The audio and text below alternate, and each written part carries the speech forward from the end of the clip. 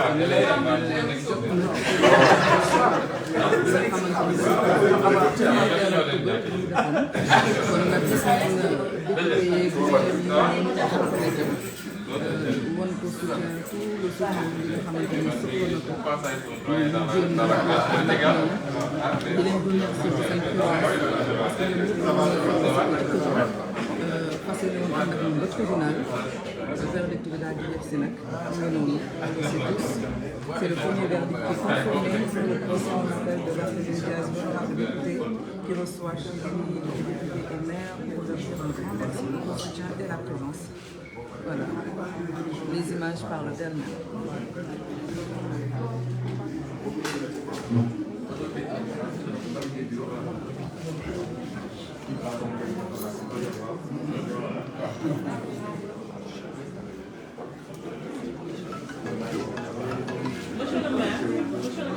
J'ai un message. Monsieur le Président, juste 2 minutes.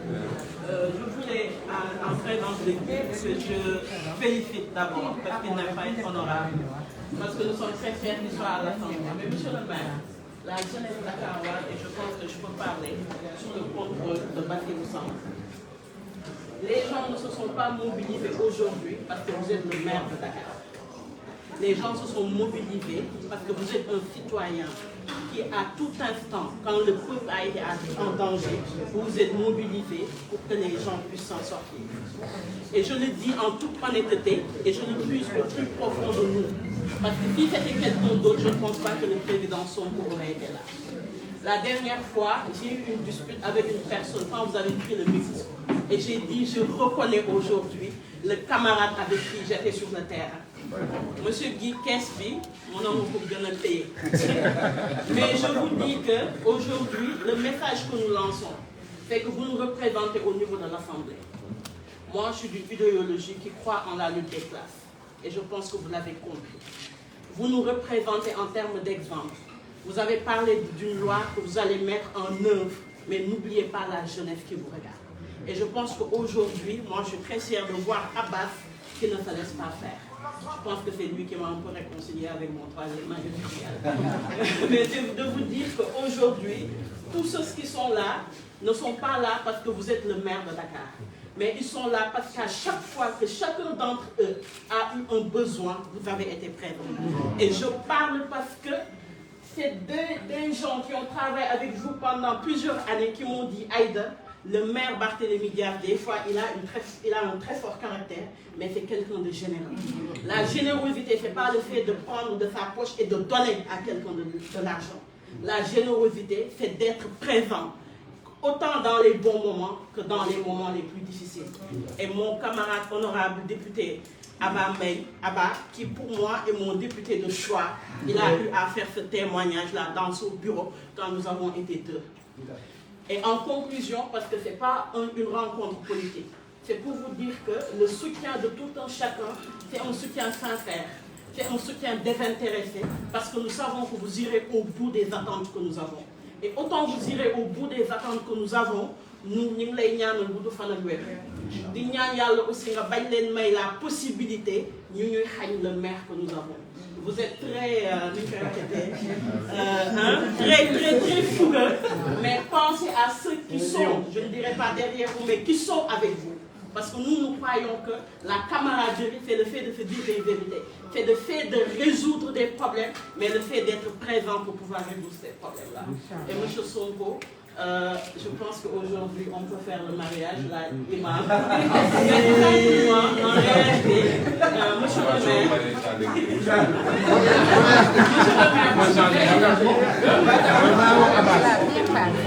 maire, dans la liste des classes, je suis dans la table.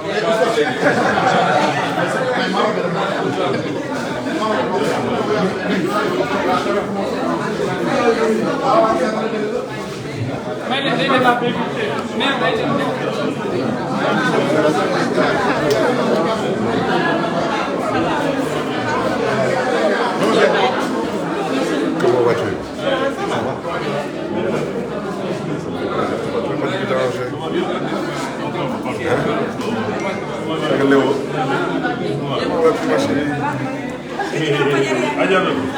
Comment vas-tu? Ça va bien.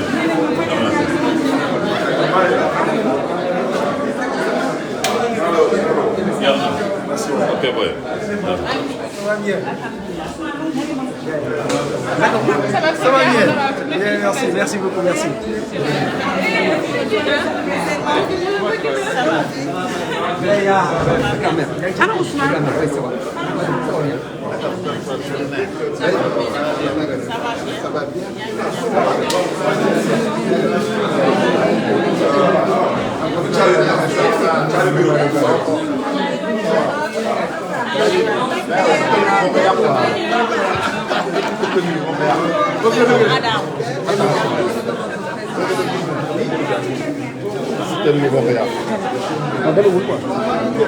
Anak mami. Ça va,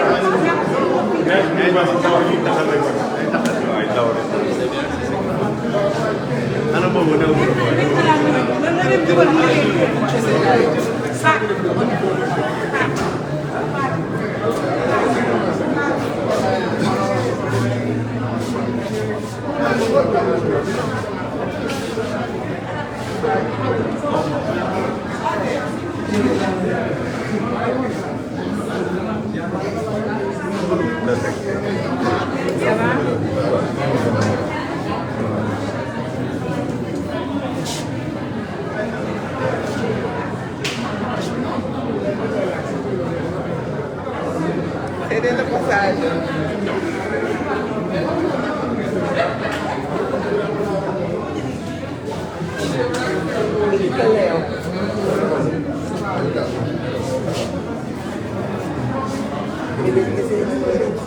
C'est pas pour moi, hein.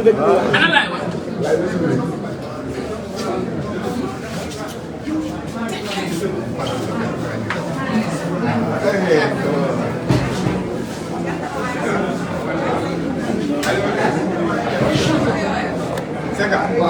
Ça va. Situation bu gaaw rek laa doon def. Man toog si biti rek man tam. Organiser rek ay ngay jéem it. Ko di ay ko lu mu nekk. Ça va. La grève. am te moom la jaral dara ñu ko jaral. yóbbu nga wàcc ay malaayika sax wàcc ay police ak gendarme wàcc ay malaayika ñu tasaaru biir Dakar wala biir yoon. ba jox la ka noonu. mais danañu tase ci yoon. te du yàgg. non mbetteel amuñu ko ci. ban mbetteel. mbetteel ak li xew. ci vote yi mbetteel ak la xam ci xëy ci installation assemblée nationale.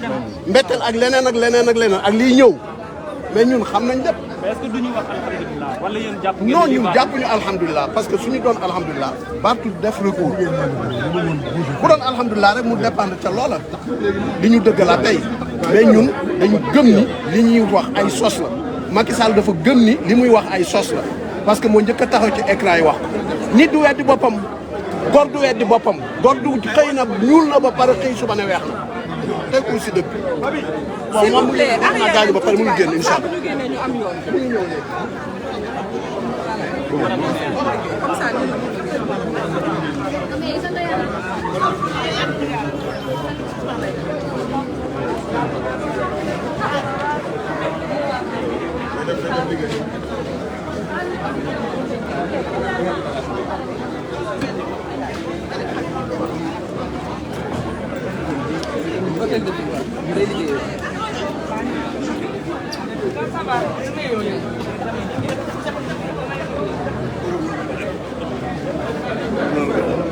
Sénégalais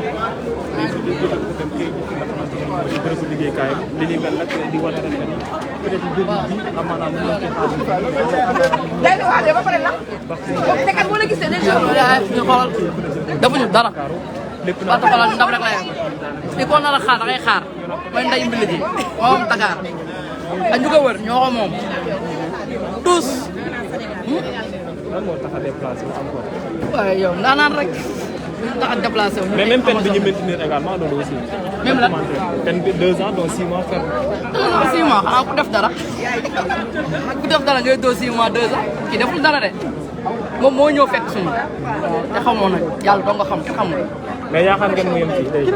waaw fii la war a yem sax fii la war a yem. parce que li mu doon dàq moom lañ ko mujj tegaat. li mu doon dàq mooy 6 mois yi mu doon bañ moom lañ ci mujj daanaat. waaw boo ko daanee te deful dara nag nit moom xam ku def dara ngay dàq 6 mois wala 1 an mais deful dara ko ñun daal jàmm rek la ñuy ñaan Sénégal moom jàmm la bëgg te jàmm la yéen ñaan ñu koy ñaanal lu mu bëgg nag ak Dakar bu mu am yéeneem ci waa Dakar yàlla na ko yàlla may yàlla na koy may si incha allah si kattanu yàlla li yaakaar jàmm daal la ñu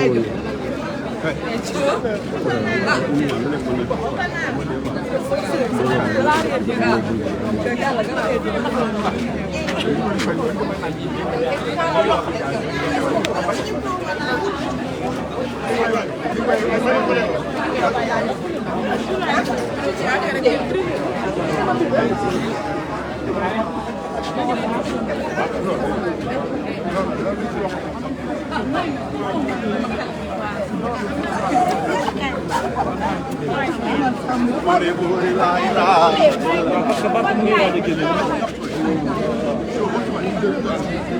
non mu ngi waaj a génn.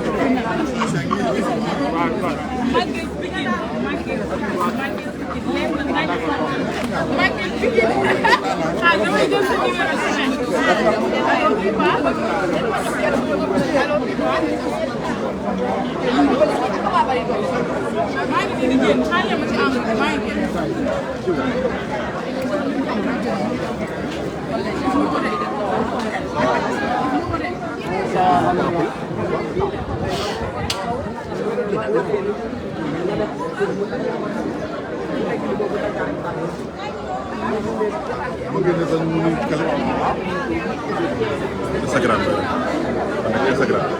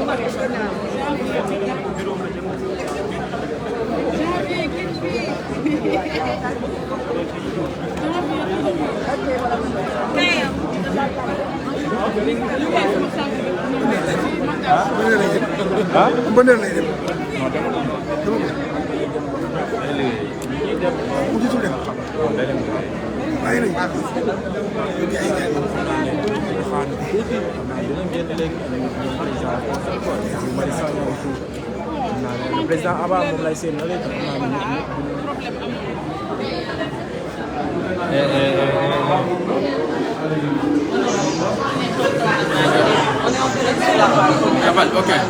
Ok.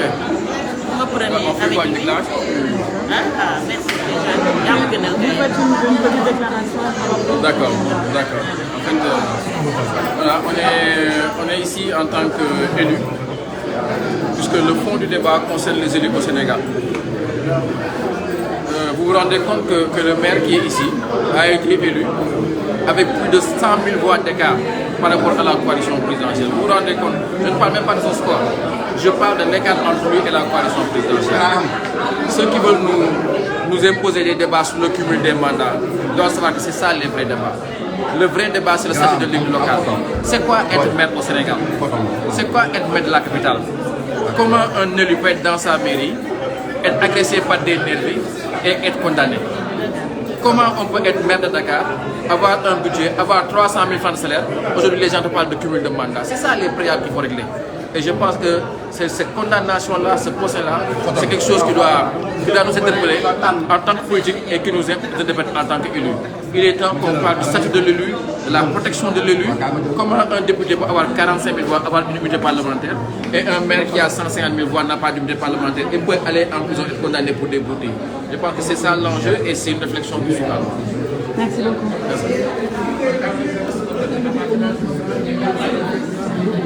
Madame Aïda, honorable.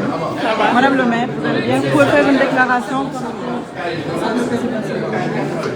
On vous a entendu tout à l'heure parler au maire. Oui. Pouvez-vous faire une déclaration, s'il vous plaît? Oui, en fait, j'ai parlé au maire de Dakar parce que nous sommes venus aujourd'hui avec les différents maires pour le soutenir.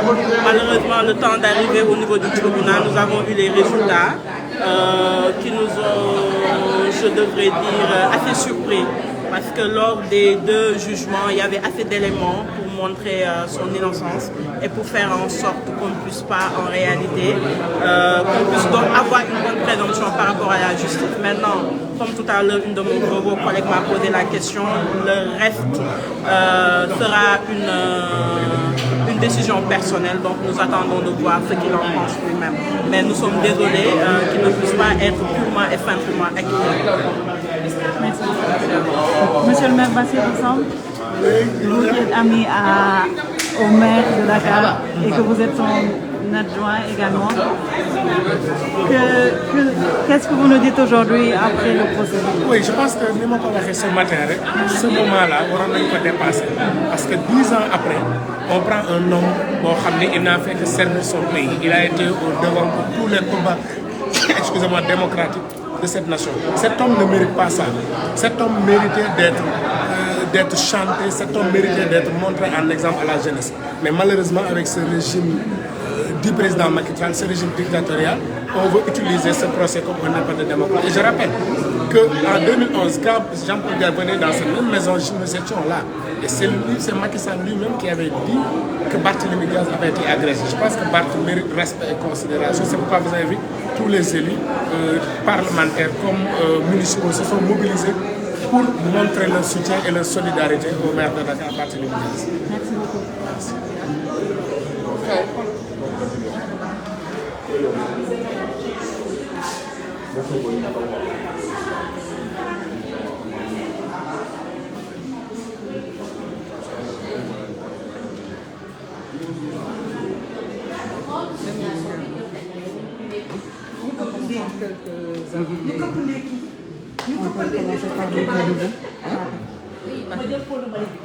Pouvez-vous, s'il vous plaît, faire une déclaration, monsieur le maire, par rapport au procès du maire de Dakar?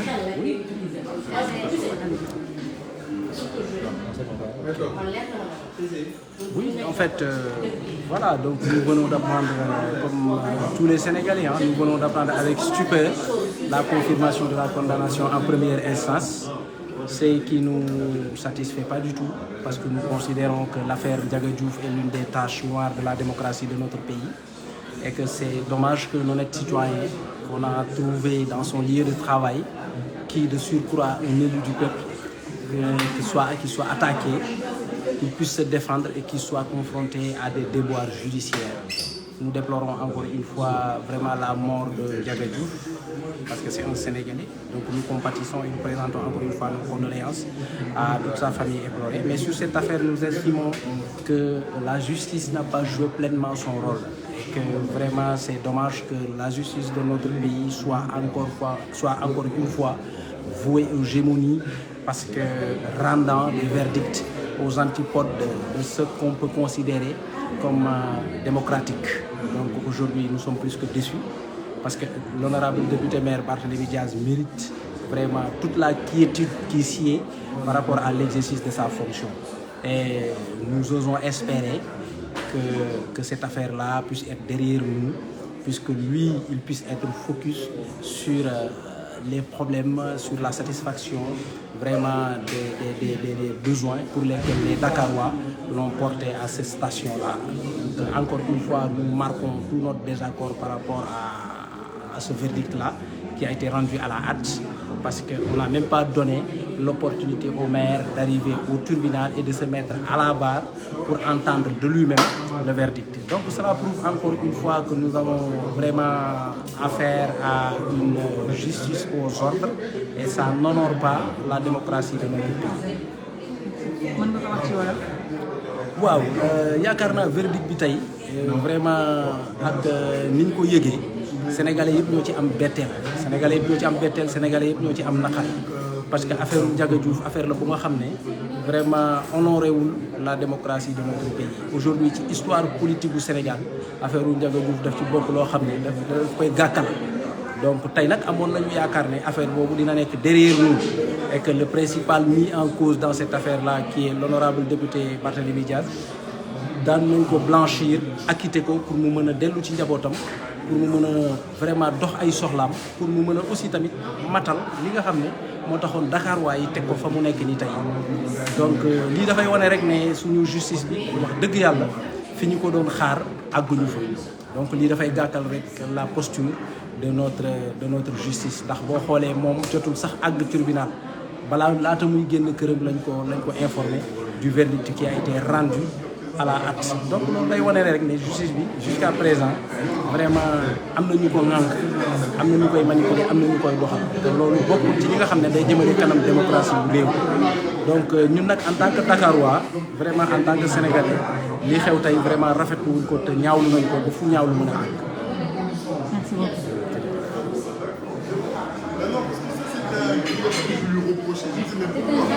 Excusez-moi. Bonjour honorable. Oui, vous êtes en direct sur la page du maire Barthélémy Diaz. On vous a vu tout à l'heure, mi ngi lay tooñ naan la borom kees gi. Alors tey ñu ngi fi au sortir du procès. Qu'est-ce que vous avez à dire aux Sénégalais? tey bésu naxar la comme yeneen naxar yi ñu am yi Sénégalais yi di daj depuis 2012 ak président Macky Sall. bésu gàcce la comme ni ñu amee yeneen gàcce askan wi am yeneen gàcce depuis 2012. Tey on a assisté à un simulacre de justice. On a assisté à une parodie de justice. li am tey day firndeel li ñu yàgg xeex muy kumba am ndey ak kumba amul ndey bi am ci Sénégal ci fànn yu bëri, rawatina ci yoon, rawatina ci justice. boo àndee ak Macky Sall dara du la dal, loo mënti def dara du la si fekk, waaye boo nekkee koo xam ne day défendre njëriñu askanu Sénégal et de manière intransigeante, te loolu mooy marque de fabrique ki nga xam ne moom mooy monsieur le député maire Barthélémy Diaz. Eh bien bu boobaa justice dina la tongali, bu boobaa gendarmerie dina la tongali, bu boobaa dinañ def yëpp pour nga bañ a nekk maire, bu boobaa même boo nekkee maire ñu continuer di la buntu xatal lu ëpp juróom fukki nit bokk ci sa cabinet ak ñoom seen ñu bloqué seen salaire. lii mooy ndumbelaan bi nga xam ne noonu le président Macky Sall transformé suñu réew muy Sénégal. Or dama koy faral di fàttali, le projet c'était un peuple, un but, une foi, et non deux peuples, deux buts, deux fois. Deux peuples mooy benn peuple boo xam ne lu ko neex def, sàcc xaalisu askan bi, këpp kees, randal, rey nit, torturer ay nit ba ñu dee, sàcc suufu askan bi, du mujj fenn. Président Macky Sall jël concom teg ko ci dossier yi, teg ko ci li nga xam ne moom mooy loosu justice. mais boo nekkee un patriote authentique comme Barthélémy Dias yow mënoo am jàmm say mbokk mënuñu am jàmm say xarit mënuñu am jàmm ñi ngay àndal ci wàllu politique say collaborateurs duñu am jàmm donc li xew tey bettuñu je crois que ku yeewu tey Sénégal nga gis Auchan yi tëj ay auto gendarmerie garé fa fii rek ci koñ bi waaw tu as l'impression que gendarme yu nekk Sénégal yëpp ñu ngi autour de la maison ñu ngi ci biir quartier bi ku yeewu tey ce matin gis réew mi ni mu tëddee ak gendarme yi ni ñu nekkee ci mbedd bi waroon nga comprendre ne li nga xam ne mooy décision bi na doon daal parce que personne n'a fait un appel à la mobilisation lu dul ne député yi nañu ànd ak ki nga xam ne mooy seen naataango monsieur le député maire Barthélémy Dias. Donc on s'attendait un peu à cette décision. Nous ne sommes pas surpris, mais nous sommes tout de même choqués. Voilà, nous sommes tout de même choqués, comme nous le sommes à chaque fois que nous constatons que le droit n'est pas dit. Comme nous constatons à chaque fois que le président Macky Sall moom mooy manipuler exécutif, bëgg manipuler législatif, di manipuler le judiciaire. Loolu nag mooy combat au Barthélémy Dias, mooy suñu combat ñun ñëpp. Nous sommes venus aujourd'hui exprimer toute notre solidarité, mais sans réserve totale, à notre camarade, à notre frère, à notre maire, à notre député Barthélémy Dias. Et la lutte va continuer.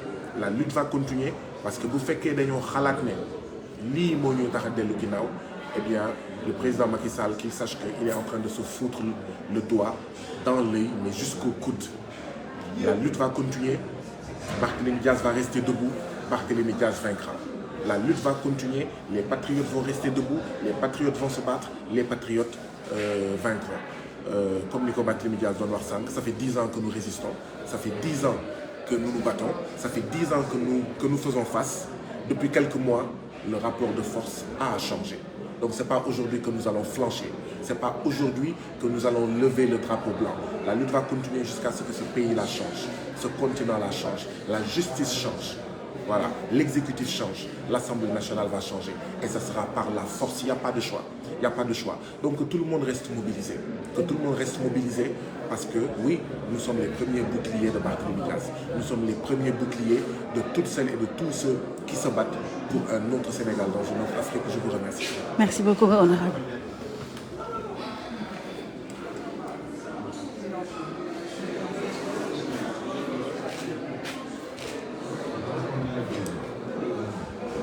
Bonjour. Vous êtes en direct sur la page du maire, de l'honorable maire Barthélémy Dias. Au sortir du procès aujourd'hui, on vous voit venir chez lui le soutenir. Quelle déclaration pouvez-vous faire? Bonjour. Comment? Présentez-vous. Bonjour. Je suis Malasouba Mokhtar, adjoint au maire à la ville de Dakar, chargé du développement durable, de l'urbanisme et de la protection du littoral. Donc en fait, là je suis venu aujourd'hui, c'est pas en tant que politique, politicien, mais plutôt en tant que frère. Pour soutenir mon frère qui, quand on a besoin, il est là. Et surtout aussi pour l'injustice. Parce que tout le monde sait comment ça s'est passé en fait, lors en fait, de l'attaque de Ndiaga Diouf et de ses compères. Donc on sait que en fait, donc on peut dire que vraiment là c'est de l'injustice parce qu'en fait il n'y a pas de preuve matérielle en fait qui puisse inculper le maire. Donc par rapport au verdict, on est quand même un peu déçus. On est quand même très déçus qu'ils aient confirmé en fait en première instance. Espérons en tout cas que le maire ne fera pas de pourvoi en cassation. Moi en fait c'est mon avis, c'est mon sentiment. Donc on verra après par rapport à sa déclaration justement qu'est-ce qu'il va faire. Merci beaucoup. Merci. En wolof s'il vous plaît. En fait dama fi ñëw en tant que frère du maire Barthélémy Dias mais pas en tant que politique. Donc ñëwoon pour jàppale ko soutenir ko surtout par rapport ak li ñu ko tuumaal et tey gis nañ ne di justice di wax doyuñu waaye on verra moom ci boppam personnellement dina xool ndax dafay pourvoir en cassation.